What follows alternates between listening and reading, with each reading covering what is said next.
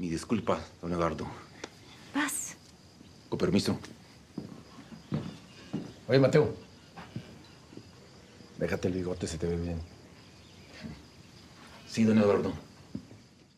Hey guys, Pete here. After a 2-year wait and a legitimate heart attack scare, Better Call Saul is back, and if these first 2 episodes I'm going to be breaking down today are any indication, we're in for an insane final season. We're talking mirrors on the ceiling, a golden toilet, Kim bringing out the stick when the carrot's not working, and a ZZ Top beard for the ages. There is a lot to talk about, so I'll get right to it, but I do have to give you this warning. If you haven't watched the first 2 episodes of the 6th and final season of Better Call Saul yet, then I suggest you go do that before you watch this video. I promise you won't be disappointed. And with that out of the way, let's get into it.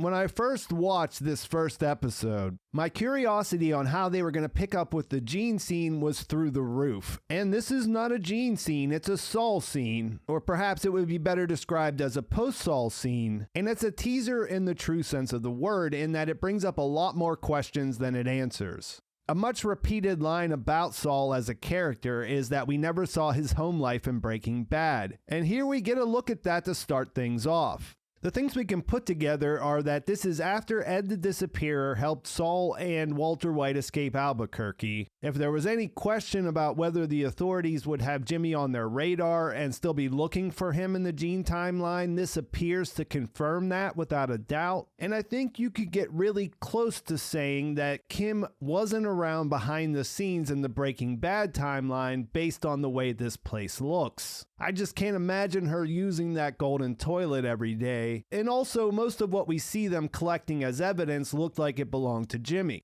And there were a lot of recognizable gems mixed in there from throughout the series. This brown suit that pops up later in the first episode, which I think is the same one he was wearing in the first scene he shared with Kim. We see things like the mall walking shoes from one of his lowest points when he was turning the women at Sandpiper against Irene. One of my favorites was this Panavision baseball cap that he was wearing when he was trying to sell the commercials. The autographed Richie Blackmore guitar is there. We have Beanie Babies and bingo balls. The photo that Mesa Verde ripped off for their logo, burner phones, and so on. And I really like the way that they put this all together. It has a dreamlike quality that pairs nicely with this idea of everything that he built up crumbling down, falling apart. All of this stuff that he collected is being seized and taken away. And then probably the most intriguing thing there is the Zafiro Añejo stopper that we see fall out of the truck at the very end. This was Kim's trophy from their first scam as Victor with a K and Giselle, when they drank for free while Ken Wins thought he was securing a big payday, and it makes you wonder how Jimmy came to be in possession of it. I can't linger here too long, but I'll say if you're going to break from tradition and not start out in Omaha, then this is how you do it. It's nostalgic in the right ways. It kind of transports you right back into the middle of this world, and there's so much to think about after the fact. I assume this means that we'll spend much longer in the Gene timeline later in the season, and that's something I hoped would happen anyways. In the current timeline, we pick up right where season 5 left off, and while they had to take some time to reestablish where everyone was, I don't think they dialed back the pacing as much as what we saw in earlier seasons. Things are moving forward across all the different stories, and there's an urgency that makes it feel like we are moving towards the ending. I was impressed in how quickly they moved things along with Lalo and with Jimmy and Kim's plans to go after Howard without things feeling rushed. They still took time where it made sense, and I think a great example of that is when Jimmy is having second thoughts in the restaurant. Kim is trying to get the ball rolling, he has reservations, and the server comes up to interrupt and draw things out. He has a chance to pump the brakes but can't bring himself to do it. You see that Lalo has limped his way over to a neighbor's house. This is directly after the attack on his compound, and from the conversation, you get the idea that he's helped out this couple in the past. When the husband goes to shave, Lalo tells him to keep the mustache and the soul patch, and when he takes the scissors on the table apart, you realize that this is going to be his body double. Because Lalo is such a charismatic character and fun to watch, I like how they have him do something to showcase how brutal he can be right in the beginning. They did this same thing with Fred at Travel Wire. Later, when the cousins arrive at the hacienda, you see that the federales are there, they're collecting evidence. There's a shot of the lock that Nacho opened laying on the ground, and you notice that the roof has a hole from fire damage, which is suspicious because we didn't see that happen in the season 5 finale. When they go inside, you put it all together that Lalo faked a fire to burn the body of his neighbor and make it look like he died in the attack. Later, when Gus is looking over the evidence, you realize that he went as far as getting that dental work for his neighbor to get this all set up just in case. The cousins lay a Santa Muerta card on the body after covering it in one of their suit jackets, and this is a nice callback to their first appearance in the 3rd season of Breaking Bad. At this point, they think he's dead, which means everyone will think the same, and that all works to Lalo's advantage in the early going. Gus gets a call from Bolsa telling him that Lalo's dead and that Nacho is a rat. Don Eladio has put a price on his head, and they plan to bring him in alive so they can figure out who he's working for. When Mike comes in, Gus reveals that he's skeptical because the mission was a success, but all the mercenaries are dead. Something feels off. Mike is more concerned about Nacho. He wants to extract him, saying he's done everything he was asked and that he deserves his respect. It's clear, though, that Gus has different plans, and later when Mike's at home watching Kaylee, he ignores Nacho's call. He's on the run in a foreign country with no one he can really trust. He's made contact with Tyrus, who told him about the price on his head, and he's in the middle of Salamanca territory where everyone is looking to collect the bounty. He eventually makes it to the motel safe house after dark, and if you remember, he let the mercenaries into Lalo's hacienda at 3 a.m., so he's had a whole day of running and hiding. This has all been set up, so there's a room waiting for him. He goes inside and finds a manila envelope with money and a handgun, and there's a cell phone there, so he talks to Tyrus, who tells him that it's going to take a couple of days to get him out of there. He just needs to stay out of sight until it's time to be picked up, and he gives them the very specific instructions that if anyone comes to the door, shoot. In this first episode, you see Kim and Jimmy pick up where they left off at the hotel. It's notable that Jimmy's already awake staring at the ceiling before Kim's alarm goes off. They head back to their apartment. She has her new pro bono cases to deal with, and he has to meet with the ADA in charge of the Juan de Guzman case. With help from the recurring character Detective Roberts, they've put it together that the address he gave and the family that showed up at court were fake. They think he ran, and they don't want to wait until his hearing in 6 weeks to start looking for him. Jimmy does a pretty good job of fighting them off, right up until he slips and calls him Lalo. He tries to cover up the mistake, but this will likely come back up.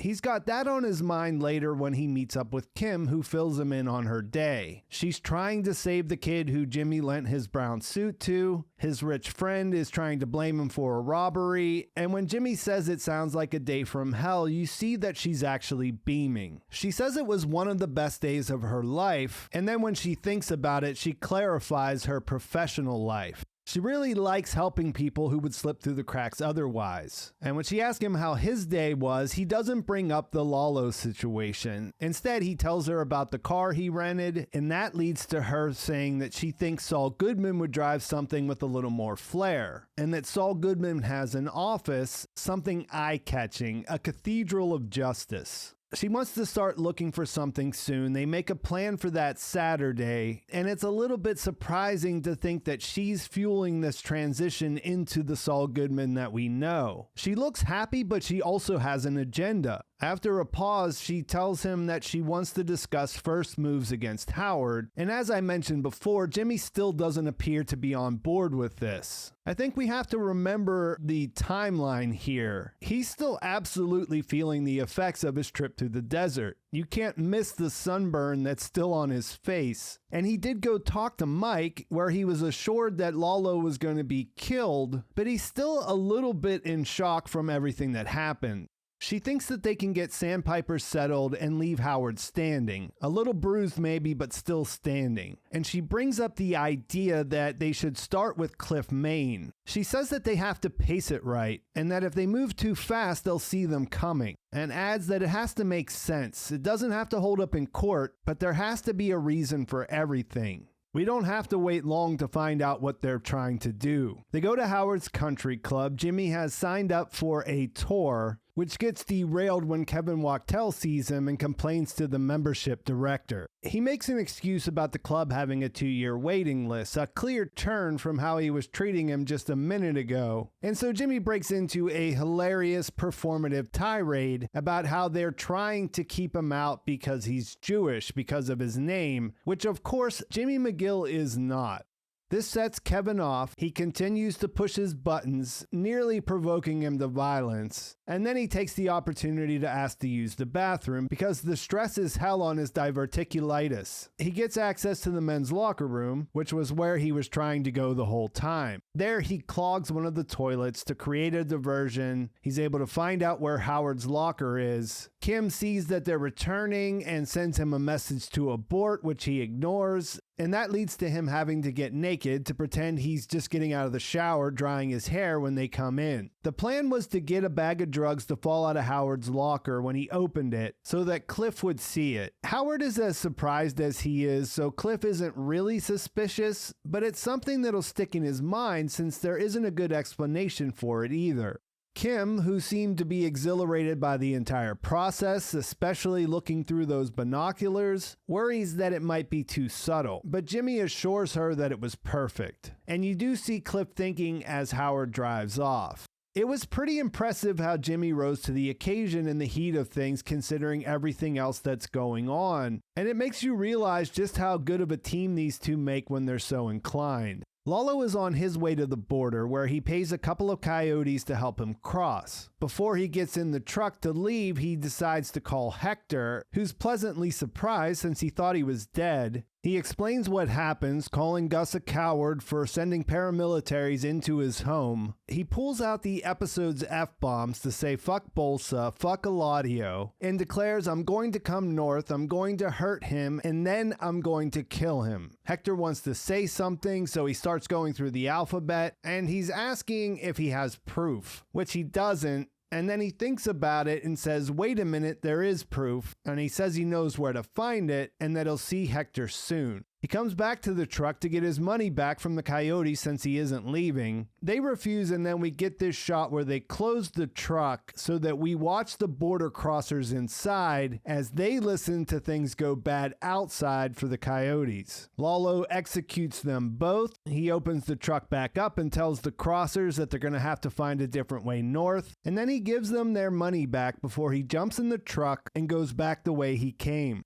In episode 2, Mike goes over to Nacho's place. He breaks the news to his girlfriends that he won't be coming back and gives them some cash to hit the road for good. He examines Nacho's safe and orders a replacement before breaking into it. While he's taking everything out, he discovers the fake IDs he had made and pockets the one for his father. He puts the other one and most of the cash in the new safe that Victor delivers and adds a new envelope before locking it up to make it look like it's exactly how Nacho left it. Over at the chicken farm, Tyrus presents all the evidence that the federales have from the crime scene. He has the photo of the burnt body, those dental records do check out, and Gus is being presented with evidence that's hard to refute, but he still feels like something's up. He asks about the fire and then calls Bolsa saying that he has an idea about how they can keep the peace. Later, he'll go to see Hector at Casa Tranquila, with Bolsa there to facilitate the meeting. He makes a show of it, saying that they're all Eladio's men, and a strike against one is a strike against them all. And we see that when Hector reaches out his hand to shake, the look on his face tells Gus that Lalo is still alive, so he got the information that he wanted. And he also knows that Bolsa will go to Nacho's house and break into his safe and discover that envelope. When he does, we see the document inside shows bank transfers, and then it has the number for the motel safe house written at the bottom. There, Nacho had noticed that there was an air conditioner running in a little boarded up shack across the parking lot from his room. When he sees someone move inside, he decides to push out the air conditioner in his room so he can sneak out the back and then come back around and surprise the person who's watching him. The guy makes the case that he doesn't know who hired him or even who Nacho is. He's being paid by a voice on the phone, and he's just there to watch the room and tell them if he leaves. Nacho would suspect that this is Gus because why wouldn't the Salamancas have already busted into his room? So he calls Tyrus to tell him that he's thinking of running, and then he hangs up on him. Eventually, Tyrus calls the guy's phone who's watching, and that reveals that Gus is the one who hired him.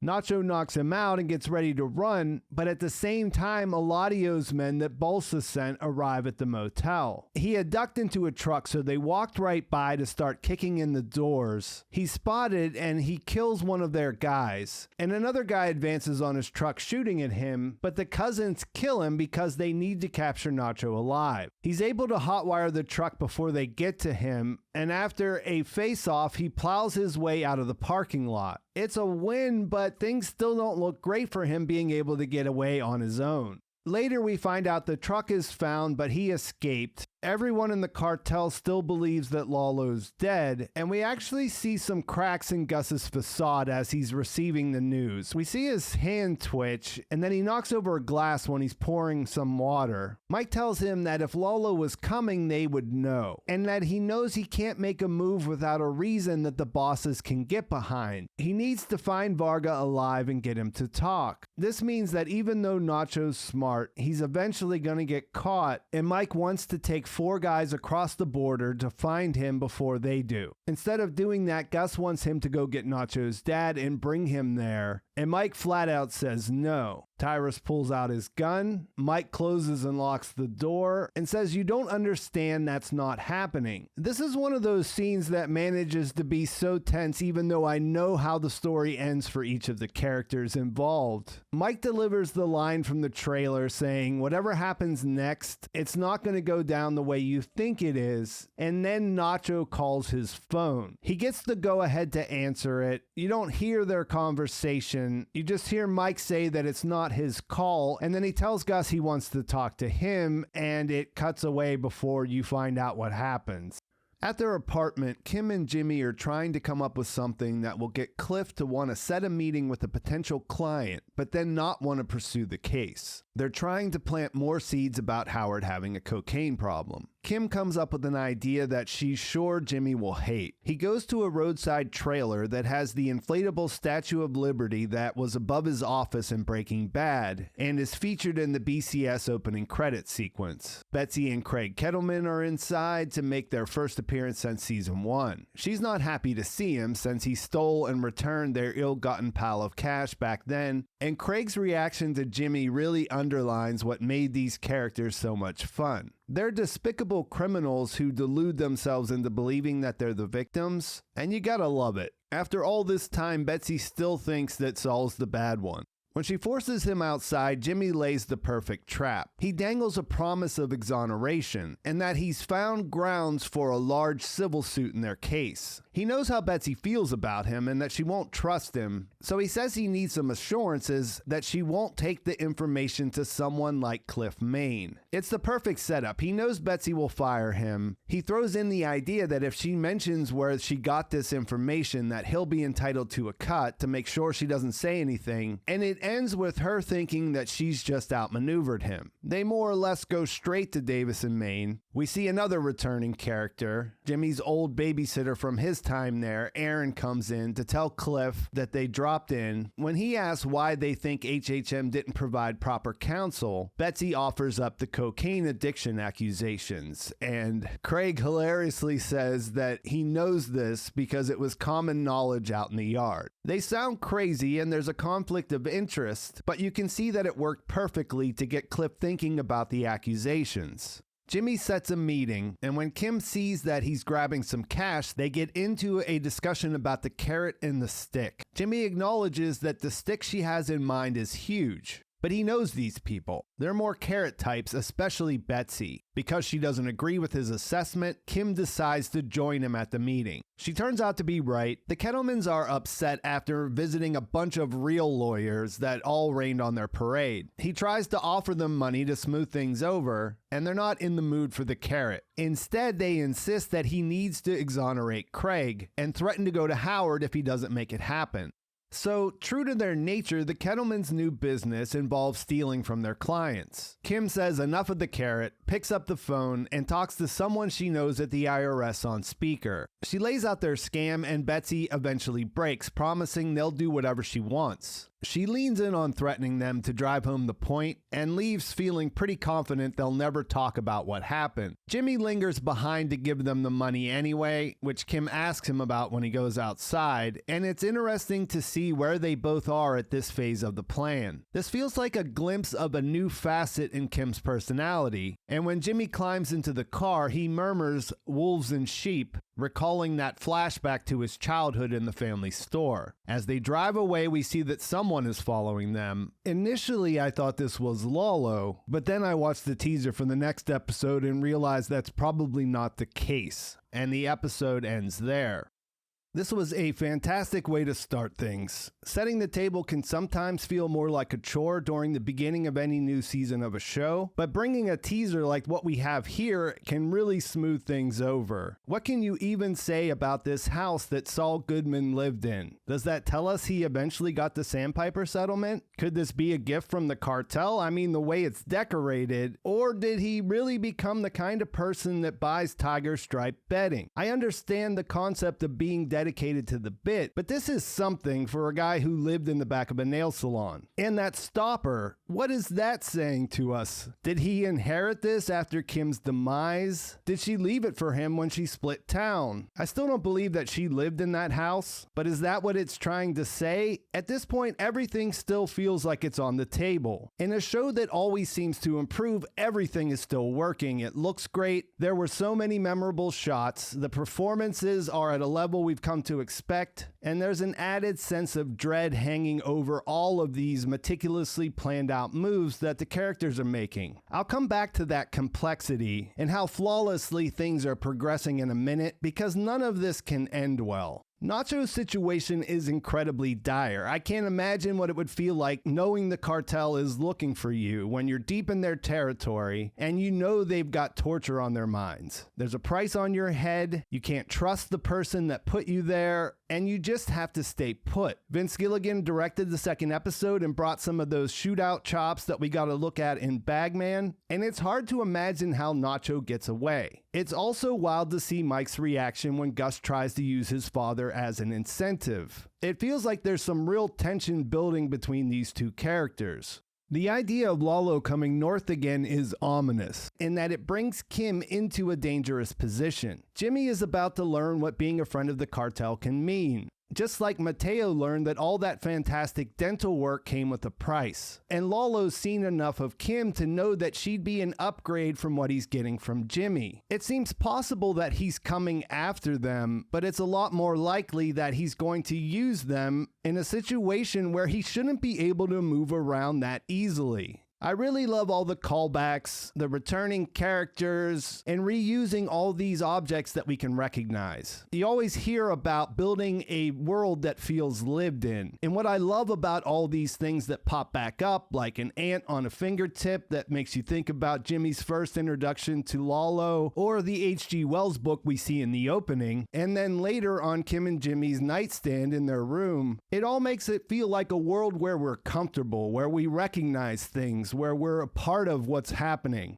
Character-wise, there's a lot to parse in what's happening between Jimmy and Kim, and how they're jumping into this plan against Howard. The setup is there, it's put together really well, it's always impressive to watch these two work together, but Jimmy committed a big misstep when he brought up Lalo's name at the courthouse. Kim is driving the action, she's got her foot on the gas and doesn't seem interested in letting up. And I feel like her pulling back in the Mesa Verde situation felt like it was the last time we were going to see her do something like that. They've essentially switched positions here, and it's wild to think that she's playing such a big part in helping him transition into Saul Goodman. There are moments here where you wonder if she's using Jimmy to accomplish what she has in mind rather than working with him. It's an interesting dynamic where she could be turning him into something she could never be, and I don't know what that will end up saying about their relationship.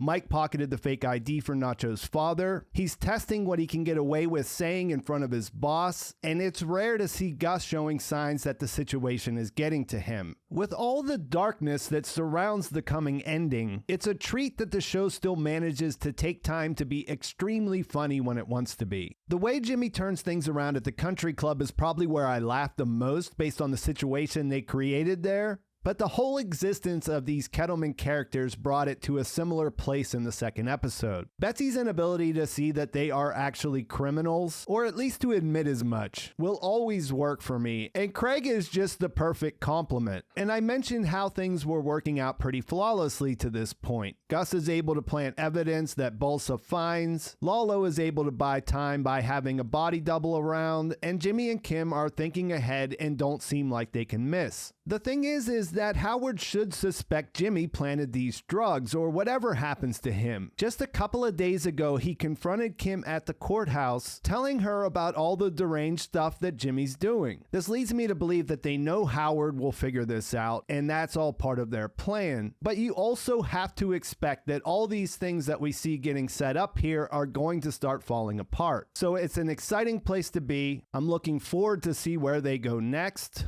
What happens when that awful woman with the ponytail is driving, where this thing will end up, and I think that's a good place to leave things. Let me know in the comments what you thought about these first two episodes, what you thought about the teaser, what it says about what happened to Saul, and what you're hoping to see in the next couple of episodes. Please like this video if you enjoyed it. Please subscribe to my channel if you haven't already, and thanks for watching. I'll talk to you soon.